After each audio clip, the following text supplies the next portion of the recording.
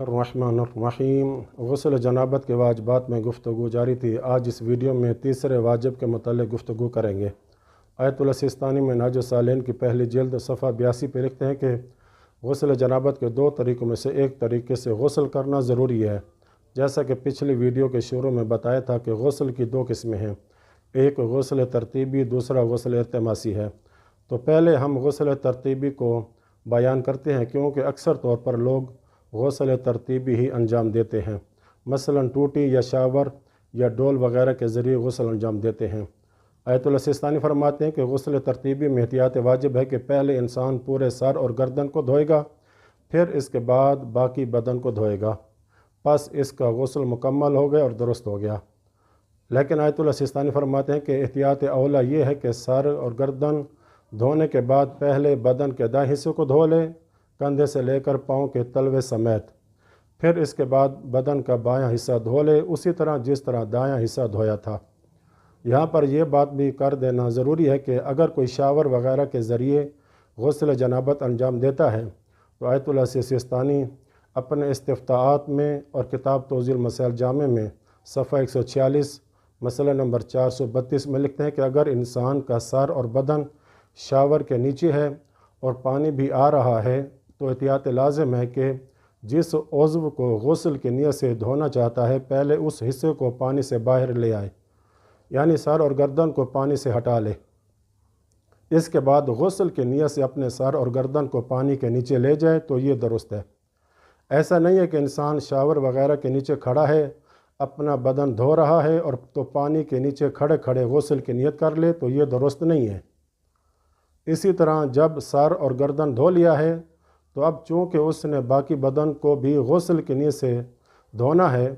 تو یہاں پر بھی احتیاط واجب ہے کہ سر و گردن دھونے کے بعد اور باقی بدن کے دھونے سے پہلے اپنے آپ کو شاور والے پانی کے نیچے سے ہٹا لے اور غسل کی نیت سے باقی بدن دھو لے تو اس کا غسل درست ہوگا۔ آگے لکھتے ہیں کہ جو بھی اس مسئلہ کو نہ جانتا ہو اور گزشتہ غسلوں میں اس طرح کی رعایت نہ کی ہو، خیال نہ رکھا ہو، تو چونکہ یہ حکم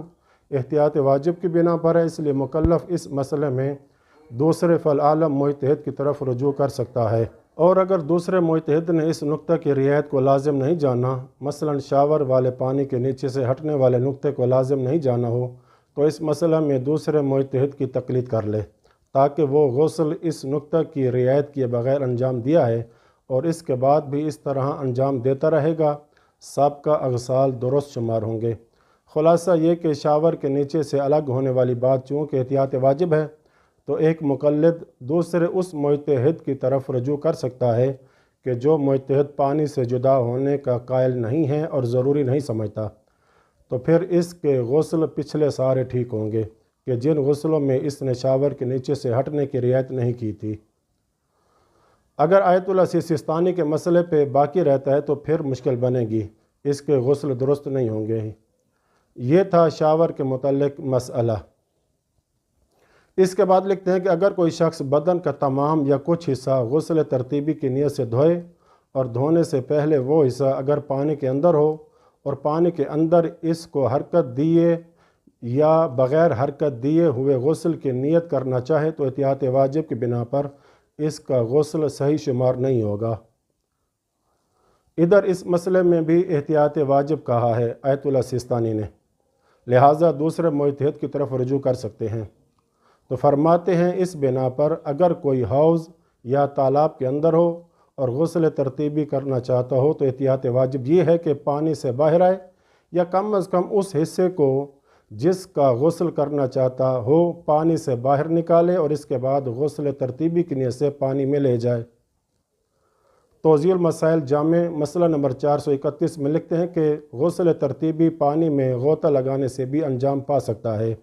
اس بنا پر اگر کوئی شخص دو بار پانی میں جائے،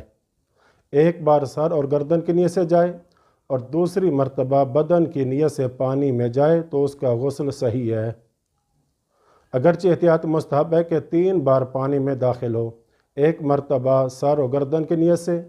اور دوسری مرتبہ داہنی طرف کی نیت سے جائے اور تیسری مرتبہ بائیں طرف کی نیت سے جائے، درست ہے۔